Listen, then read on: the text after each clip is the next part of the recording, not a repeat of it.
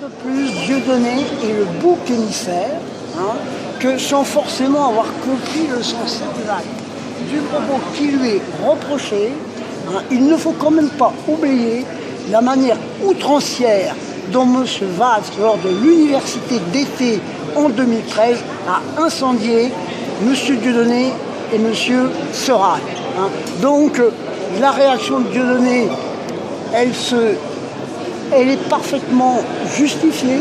Il avait raison de réagir par rapport à la violence. M. Valls était ministre de l'Intérieur. De la manière dont il s'est exprimé, c'est à se demander s'il avait vraiment le contrôle de sa pensée. Je trouve que c'était débridé. Donc, à ce moment-là, je considère que c'était une véritable provocation. Qu'est-ce qu'a fait Dieudonné? Il n'a fait que répliquer. Maintenant, pour l'objet du présent litige, je reconnais ne pas avoir compris le sens de son propos, mais en aucune manière, ça ne peut justifier qu'il soit poursuivi pour apologie de terrorisme. J'ai suivi et je continue de m'intéresser à ce que fait Dieudonné, même si je ne me reconnais pas forcément dans toutes ses déclarations, je le défendrai par rapport à cet appareil judiciaire qui, depuis plus de 10 ans, et même depuis 2001, c'était pour racisme anti-blanc, tente de le broyer. Je considère que la justice ne fait pas preuve d'équité à l'égard de M. Dieudonné Mbala.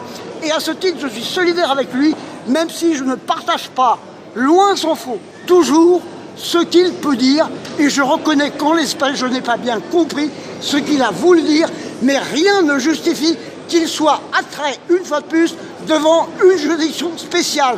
Parce qu'on a créé une chambre spéciale, la chambre 16-2. Il soutient M. Koulibaly, ça ne vous gêne pas? Mais non, il a dit... Ça vous gêne pas je ne comprenez pas le sens quand il dit Charlie Koulibaly? Je vous dis personnellement, monsieur, je vous dis que je n'ai pas compris le sens. Donc je demanderai, effectivement, à ce que, le cas échéant, il s'explique davantage. Mais de là à vouloir...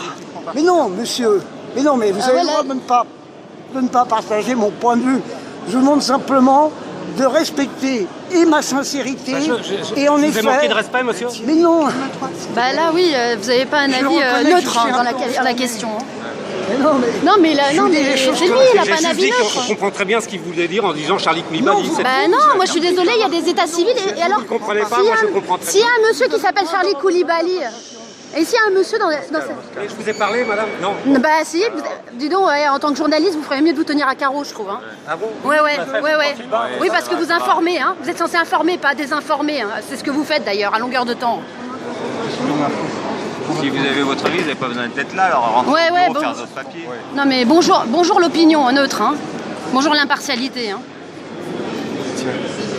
Non mais sérieux quoi. Ça c'est journaliste. Bonjour. Non, faut pas se mettre dans le même paquet. Bah oui, mais la plupart ils sont comme ça. Hein. Ouais, mais... Ils ont tous une opinion politique et publique. Hein.